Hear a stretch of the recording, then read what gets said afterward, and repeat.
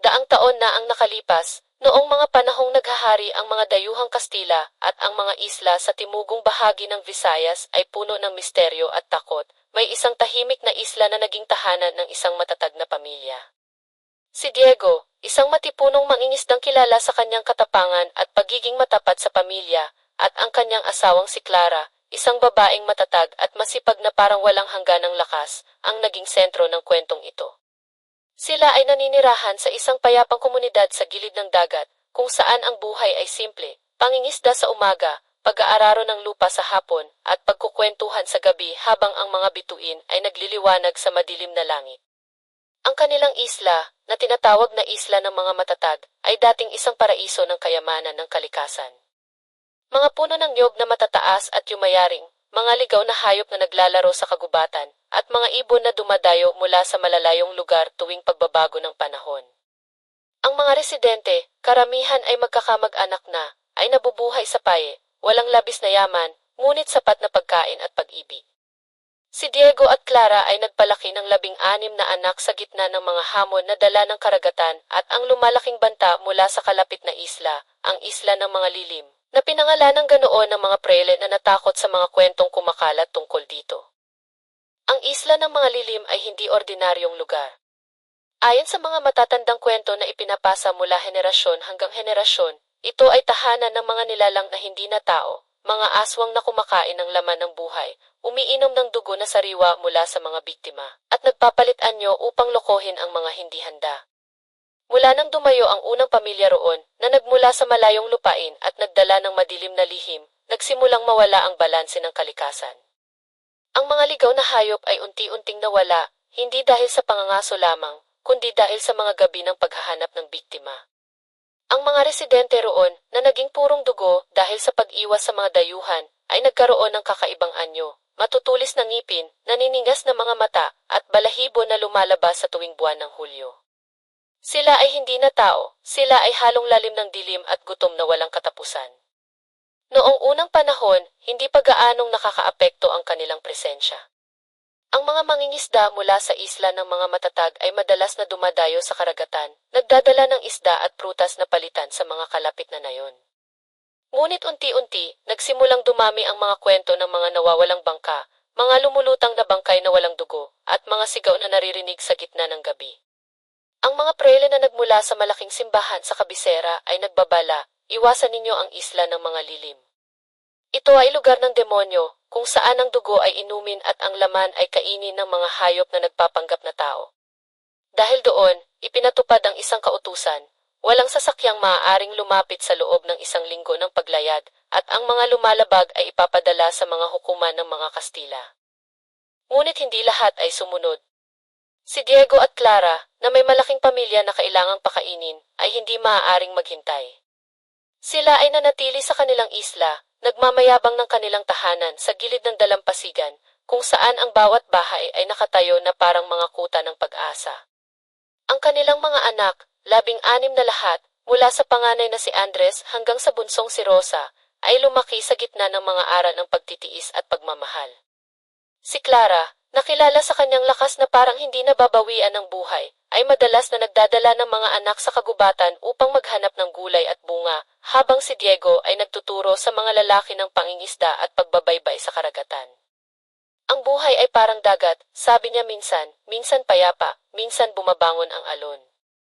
Ngunit hindi ka lulubog kung hawak mo ang tamang lubid.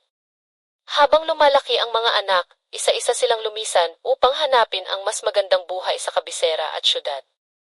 Ang mga panganay ay nag-asawa at nagtrabaho bilang mga manggagawa sa mga plantasyon ng tubo, habang ang mga gitna ay naging guro o tindero sa mga merkado. Ang mga bunsong, si Ramon at si Rosa, na may pagitan lamang ng 1 taon, ay nanatili sa piling ng magulang. Si Ramon, na matipuno at matapang tulad ng kanyang ama, ay naging tulong sa pangingisda, habang si Rosa, na maganda at matatag na parang kanyang ina, ay nagsisimulang mag-aral ng mga gamot mula sa mga halaman. Ang kanilang buhay ay payapa, puno ng tawanan sa mga gabi habang nagkukwentuhan tungkol sa mga anak na malayo na madalas na nagpapadala ng mga paketong puno ng tela, asin at perang ipon. Ngunit ang paye ay hindi tumagal. Isang gabi, habang ang buwan ay puno at ang hangin ay maihalong amoy ng dagat, nagsimula ang unang hagupit ng dilim. Si Pedro, isang malapit na kamag-anak ni Diego, kapatid ng kanyang pinsan, ay umuwi mula sa isang mahabang paglalayag sa karagatan. Siya ay isang mangingisdang matipuno, may asawang si Elena na bago pa lamang nagkaanak. Si Elena, na galing sa ibang isla, ay nagdadala ng kanyang unang anak sa sinapupunan, puno ng pag-asa para sa kinabukasan. Si Pedro ay umalis ng maaga, iniwan si Elena sa kanilang tahanan sa gilid ng dalampasigan, na akala niya ay ligtas dahil kilala ang bawat isa sa isla. Sa isang linggo ng kanyang pagkakalay, ang gabi ay dumating ng walang babala. Ang mga gasera sa kanilang tahanan ay nasindihan ng langis mula sa niyog, ngunit ang liwanag ay hindi sapat upang pigilan ang anino ng gubat. Si Elena, na nag-iisa at naghihintay sa pagbabalik ng kanyang asawa, ay naririnig ang mahinang tunog mula sa labas, parang yabag ng mga paa na hindi tao, parang hininga na puno ng gutom. Hindi niya ito inisip ng mabuti, akala niya ay mga ligaw na hayop. Ngunit sa gitna ng dilim, ang pinto ay bumukas ng hindi sinasadya, at ang mga nilalang mula sa isla ng mga lilim ay pumasok, mga aswang na nagpalit anyo bilang mga ordinaryong mga ngaso, ngunit ang kanilang mga mata ay naniningas na parang apoy.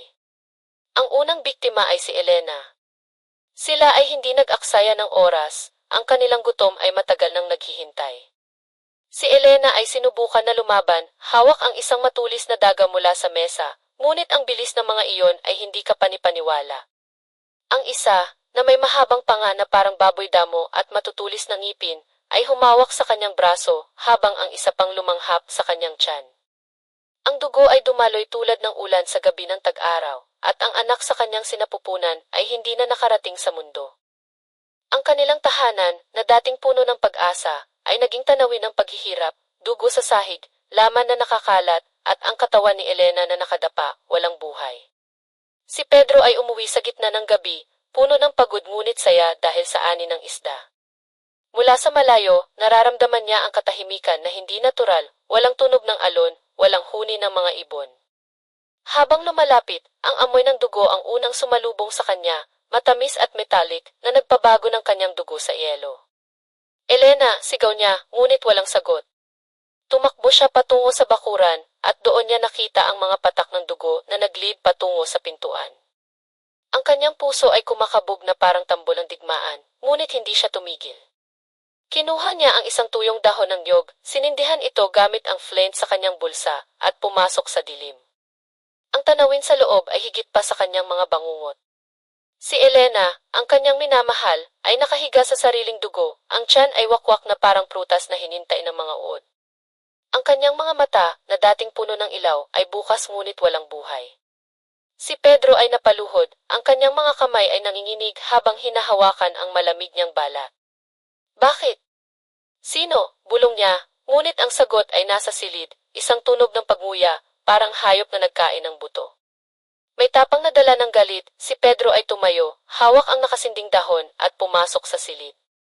Doon, sa gitna ng dilim, ay isang nilalang, balahibo ang katawan, mahabang panga na puno ng ngipin na matulis, at mga mata na pulang-pula na parang dugo.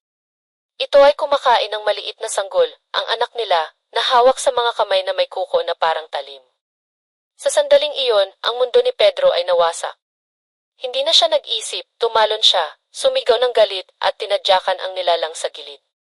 Ang aswang ay nagulat, ngunit hindi ito natinag. Sa isang iglap, ito ay tumaas, ang kanyang braso ay malakas na parang puno ng nara, at sinuntok si Pedro sa dibdib.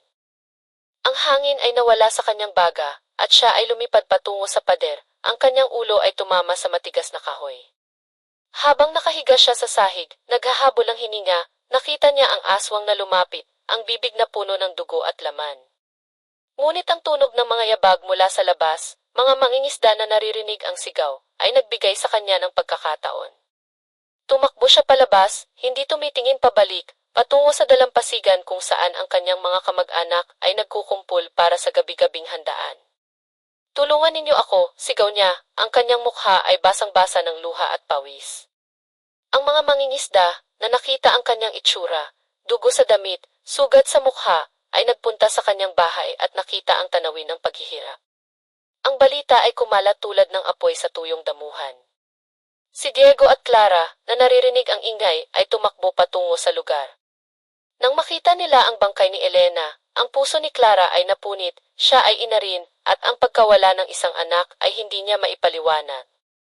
Si Diego, na matagal nang nakarinig ng mga kwento tungkol sa isla ng mga lilim, ay nagsimulang magduda.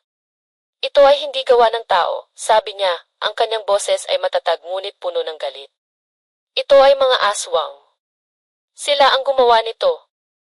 Ang mga residente ay nagtipon sa gitna ng nayon, ang kanilang mga gasera ay nagbibigay liwanag sa mukha nilang puno ng takot. Para sa unang pagkakataon, ang payapang isla ay naging puno ng hiyaw ng galit at pagdadalamhati. Mula sa gabing iyon, ang takot ay naging bahagi ng kanilang buhay. Ang mga pintuan ay hindi na binubuksan pagkatapos ng araw, ang mga bintana ay sinasara ng mahigpit, at ang mga bata ay hindi na pinapagal sa dilim. Si Pedro ay hindi na ang dating matapang na mangingisda, siya ay naging anino ng kanyang sarili, nagwawala sa gabi at umiiyak sa araw. Ang kanyang galit ay nag-udyok sa kanya na maghanap ng hustisya, ngunit ang mga prele ay nagbabala, huwag kayong lalapit sa isla ng mga lilim. Ito ay sumpa ng Diyos.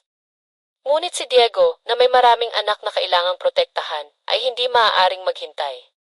Siya ay nagsimulang magplano, habang ang kanyang mga anak na si Ramon at Rosa ay lumalaki sa gitna ng mga kwentong ito, na nagiging matatag tulad ng kanilang mga magulang. Ang mga pag-atake ay hindi tumigil. Sa mga sumunod na buwan, 2 pamilya pa ang nawala, isang matandang mag-asawa na naglalakad sa kagubatan upang maghanap ng puno ng niyog, at isang binatang mangingisda na hindi bumalik mula sa karagatan. Ang mga bangkay nila ay natagpuan sa dalampasigan, walang dugo, laman na kinain ng kalahati, at mga marka ng ngipin na hindi tao. Ang komunidad ay nagsimulang magbuo ng mga harang, mga patibong na gawa sa matulis na bagakay na nakabaon sa lupa, mga sulo na nagsisindi ng buong gabi, at mga orasyon na binibigkas sa bawat gabi. Ngunit ang mga aswang ay matalino, sila ay nagpapalit anyo bilang mga dayuhan o mga ligaw na hayop, at ang kanilang bilis ay hindi mapigil ng mga sibat. Isang gabi, ang pinakamalala ay dumating. Ang mga aswang, naramdam ang lumalaking pag-iingat ng mga residente, ay nagdesisyon na sumugod ng buo. Mula sa karagatan, lumitaw ang kanilang mga bangka, mga balsa na gawa sa pinagdugtong na puno, puno ng mga nilalang na may balahibo at mata na naniningas. Sila ay umakyat sa dalampasigan, ang kanilang mga paa ay walang tunog, ngunit ang kanilang amoy, masangsang na parang bulok na laman, ay nagbigay ng babala. Ang unang sigaw ay mula sa bahay ni Pedro. Isang aswang, na nagpalit anyo bilang isang babaeng mga ngaso, ay sumalakay sa kanyang bagong bahay. Si Pedro, na handa na ngayon, ay lumaban gamit ang kanyang sibat, ngunit ang bilang ay hindi sapat. Ang komunidad ay nagising sa mga sigaw. Si Diego ay tumakbo palabas, hawak ang kanyang bolo, habang si Clara ay nagdadala ng mga sulo upang magbigay liwanag. Ang mga aswang, may mga uri na parang bayawak na lumalabas mula sa lupa, mga manananggal na lumilipad sa himpapawid, at mga bangkilan na malaliksi at matikas, ay sumugod ng sama-sama. Ang mga residente ay lumaban, mga sibat na lumilipad, mga bolong naglalaho sa dilim, at mga sigaw na puno ng galit. Si Ramon, na 18 taong gulang na, ay tumabi sa kanyang ama, ang kanyang unang laban ay nag-udyok ng dugong tumitibok sa kanyang ugat. Ama, hindi sila makakapasa, sigaw niya, habang tinataga ang isang aswang na lumapit. Ang laban ay matindi. 4 na residente ang namatay, 2 lalaki na pamilyado, isang binata na kasintahan ni Rosa, at isang matandang babae na hindi na makalakad ng mabilis. Si Rosa, na nakita ang kanyang kasintahan na kinain ng mga aswang sa gitna ng dalampasigan, ay sumigaw ng galit na nagpabago ng kanyang buhay. Ang kanyang luha ay naging apoy, at siya ay kumuha ng sibat, na sumali sa laban kahit na ang kanyang mga kamay ay nanginginig. Ang mga patibong ay gumana, mga bayawak na sumubok na dumaan sa ilalim ng mga bahay ay nabagsak sa matulis na bagakay, ang kanilang dugo ay dumadaloy sa lupa tulad ng ilog ng dugo. Ang mga bangkilan, na pinakamalakas na mandirigma ng mga aswang, ay lumaban ng tapang, ngunit ang bilang ng mga residente ay mas marami at ang kanilang galit ay hindi mapigil. Sa huling sandali, ang mga aswang ay tumakas pabalik sa kanilang isla, bitbit ang mga sugat at bangkay ng kanilang mga kasama. Ang isla ng mga matatag ay naging bukid ng dugo at luha, ngunit ang kanilang loob ay hindi nabigo. Si Ramon, na nakita ang pagkamatay ng kanyang pinsan, ay nagdesisyon, hindi na tayo maghihintay. Susugod tayo sa kanila. Si Diego ay sumang-ayon, ngunit may babala, kailangan nating magplano ng mabuti. Hindi ito laban ng isang gabi, ito ay digmaan para sa kinabukasan ng ating mga anak. Sa mga sumunod na araw, habang ang mga sugat ay ginagamot ng mga halamang gamot ni Clara, si Ramon ay nagsimulang magbuo ng plano. Siya ay nag-imbita ng mga matapang na lalaki, 10 sa kanila, kabilang ang si Pedro na nagbalik ng kanyang tapang, at mga babae tulad ni Rosa na handa ng maghiganti. Hahatiin natin ang puwersa, sabi ni Ramon. 3 pangkat para sa salakay, 1 para sa gitna ng kanilang nayon, 1 para sa mga baybayin, at 1 para sa kagubatan. Ang 1 pang pangkat ay mananatili rito para protektahan ang mga matatanda at bata. Sila ay nag-ensayo sa gabi, kung paano hawakan ang sibat, kung paano magtago sa mga dahon, at kung paano magdasal para sa lakas mula sa bathala.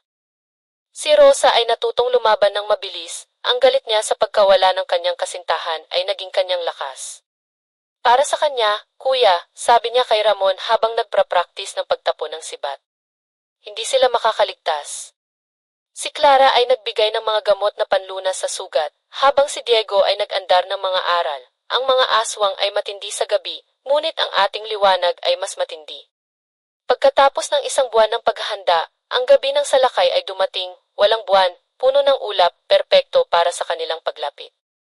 Sa gitna ng dilim, ang 4 na bangka ni Ramon ay dumayo patungo sa likod ng isla ng mga lilim, kung saan ang mga klip ay matatag at walang bantay. Dahan-dahang silang lumapag, ang kanilang mga paa ay hindi gumagawa ng tunog sa buhangin.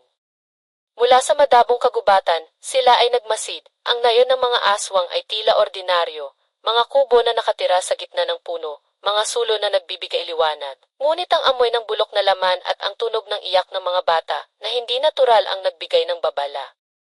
Ang mga residente ay alanganin, mga katawang kulubot, mga galaw na hindi pantay, bunga ng mga pag-aasawa sa loob ng pamilya. Sa gitna, ang malaking bahay ng kanilang pinuno, si Amado, ang matandang bangkilan na may kapangyarihang higit sa lahat, ay nakatayo na parang kuta. Sila ay naghintay, nakakubli sa mga dahon, hanggang sa isang lalaking aswang ay dumating ng hingal, nag-uulat ng isang nawawalang balsa. Ito ang hudyat. Sulong, bulong ni Ramon at ang kanilang mga sibat ay lumipad. Ang unang salakay ay sa mga kubo sa gilid, mga ordinaryong aswang na natutulog ay nagising sa apoy at dugo. Ang mga kabahayan ay sinindihan gamit ang mga sulo, ang usok ay tumaas tulad ng ulap ng galit. Ang digmaan ay sumiklab. Ang mga manananggal ay lumipad, ang kanilang mga katawan na hinati sa bewang, ngunit ang mga palaso ni Ramon ay matibay na tumatama sa kanilang mga ulo. Ang mga abwak, mga bayawak na malaki at mabilis, ay sumubok na dumaan sa lupa, ngunit ang mga patibong na inihanda ni Ramon ay nagtrabaho, matulis na bagakay na nakabaon, na nagiging libingan ng kanilang mga katawan. Si Rosa, sa tabi ng kanyang kuya, ay lumaban ng walang takot. Isang manananggal na lumapit sa kanya ay natamaan ng sibat sa dibdib, ang kanyang dugo ay itim na parang gabi. Ngunit ang pinakamalala ay sa gitna, si Amado, ang matandang pinuno, ay lumitaw kasama ang kanyang mga bangkilan, malalakas, maliliksi, na may kakayahang magpalit anyo sa isang iglap. Sila ay lumaban ng tulad ng demonyo, mga kuko na tumataga, mga ngipin na kumakagat, at mga sigaw na parang hangin ng bagyo. 4 na lalaki mula sa hanay ni Ramon ang namatay, 2 na pamilyado, 1 na malapit sa kanyang pamilya, at 1 na binata na kaibigan ni Rosa. Ngunit ang galit ay nagbigay lakas, si Pedro, na sumali sa salakay, ay tinaga ang isang bangkilan sa liig, ang kanyang sigaw ay nag-echo sa gubat. Sa huling sandali, habang ang apoy ay kumakain ng mga kubo at ang usok ay nagbibigay ng tabing, si Amado ay tumakas patungo sa dalampasigan, hawak ang kanyang balsa. Ngunit si Ramon at Rosa ay sumunod, ang kanilang mga sibat ay handa. Sa baybayin, ang mga bangkilan ay sumakay sa balsa, ngunit ang mga palaso ay lumipad tulad ng mga ibon ng kamatayan. Si Amado, sa kabila ng kanyang katandaan, ay lumaban, nagpalitan niya siya sa isang malaking bangkilan, ang kanyang mga mata ay naniningas. Ngunit ang dami ng mga residente ay higit, isang sibat mula kay Ramon ang tumama sa kanyang balikat, 1 pang mula kay Rosa sa kanyang binti. Sa huling sandali, habang siya ay bumabagsak, isang palaso mula kay Pedro ang tumama sa kanyang dibdib, ikinamatay niya. Walang naiwan na buhay. Ang hanay ni Ramon ay naglibot sa isla, tiyaking walang aswang ang nakaligtas, at pagkatapos ay nagbalik sa kanilang tahanan, bitbit ang mga sugat at bangkay ng mga bayani. Ang isla ng mga lilim ay naging libingan, mga katawang mabulok sa ilalim ng araw, mga kabahayang nasunog na parang alaala ng kasamaan. Si Ramon, na ngayon ay leader ng isla, ay nagdesisyon, isasara natin ang ating mga pintuan sa mga dayuhan. Ito ay para sa ating mga anak. Ang mga tumakas na residente noong mga unang pag-atake ay hindi na tinanggap, ang isla ay naging mas matatag, puno ng mga aral ng paglaban. Makalipas ang mga taon, ang buhay ay bumalik sa normal. Ang mga puno ay muling namunga, ang mga hayop ay nagbalik, at ang mga ibon ay dumadayo muli. Si Diego at Clara ay namatay ng payapa, iniwan ang isla kay Ramon at Rosa, na nagpakasal at nagpalaki ng sariling pamilya. Si Ramon ay lumipat sa syudad upang magtrabaho, ngunit ang kwento ay ipinasa, mula kay Ramon hanggang sa kanyang mga apo, hanggang sa ika-4 na henerasyon, kung saan ito ay naging alaala ng tapang at hustisya. Ang isla ng mga matatag ay nanatiling payapa, ngunit sa bawat gabi, kapag ang hangin ay mahina, naririnig pa rin ang bulong ng mga ninuno. Huwag kayong matakot sa dilim, dahil ang liwanag ay sa inyo.